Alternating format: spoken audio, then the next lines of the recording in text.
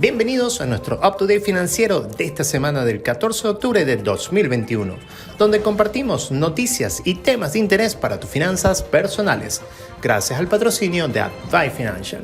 ¿Y qué te tenemos para esta semana? La inflación en los Estados Unidos salió por encima de lo previsto y como que no va a ser temporal.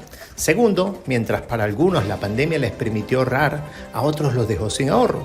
Veamos los detalles de lo que le pasó al 20% de los hogares en los Estados Unidos. Tercero, un cura de una iglesia en Michigan sentenciado por estafas de inversión.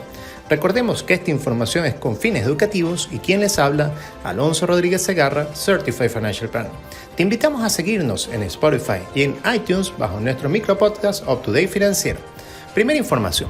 Una de las variables que los mercados de valores están viendo con mayor atención es justamente el tema de la inflación. Y es que acaba de salir la cifra del mes de agosto. Los economistas esperaban que este valor se situara en 0.3% y más bien fue de 0.4%. El tema de fondo es que parece que la inflación no va a ser temporal o de corto plazo como se estimaba, dado que al principio veíamos que los sectores más afectados por la pandemia, como podrían ser los hoteles, eran los que venían causando este crecimiento de precios. Por supuesto, los hoteles no estaban vendiendo, no estaban teniendo clientes, cuando abre toda la economía empezaron a subir sus costos. Pero lo que vemos en el mes de agosto es totalmente distinto. Más bien los hoteles con todo el tema del Delta, más bien fueron bajando sus precios y otros sectores distintos a los que se vieron fuertemente afectados al principio de la pandemia son los que están mostrando ahora señales de crecimiento de sus precios.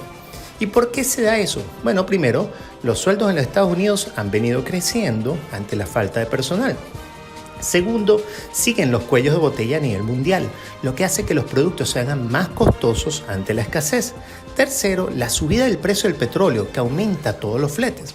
En una presentación que realizó el CEO de BlackRock, el señor Larry Fink, recordando que BlackRock es el administrador de fondos más grande del mundo, señala que el tema inflacionario no va a ser temporal.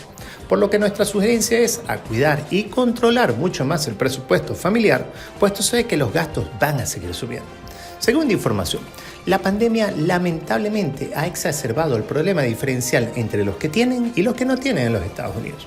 Y resulta que mientras un grupo de la población más bien siguió trabajando en sus casas y pudo ahorrar porque más bien no estaba saliendo a gastar y ese dinero lo fue invirtiendo, otra parte vemos que por cada 10 familias, 2 reportaron que la pandemia los dejó completamente sin ahorros y en situación de vulnerabilidad financiera.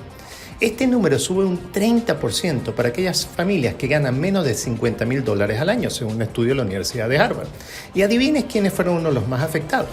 Nosotros los latinos, siendo los principales gastos que acabaron con el ahorro, los que tenían que ver con temas de salud o cuidado a los niños. Y por supuesto, esto hace que ahora tengan problemas para hacer frente con los gastos de alquiler y hasta de comida.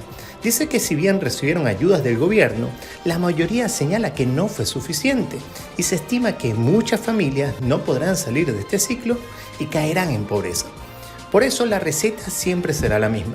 No esperes que el gobierno te ayude, sino más bien, como lo dice su nombre, se trata de finanzas personales, siendo tú el que tienes que luchar para salir de este círculo.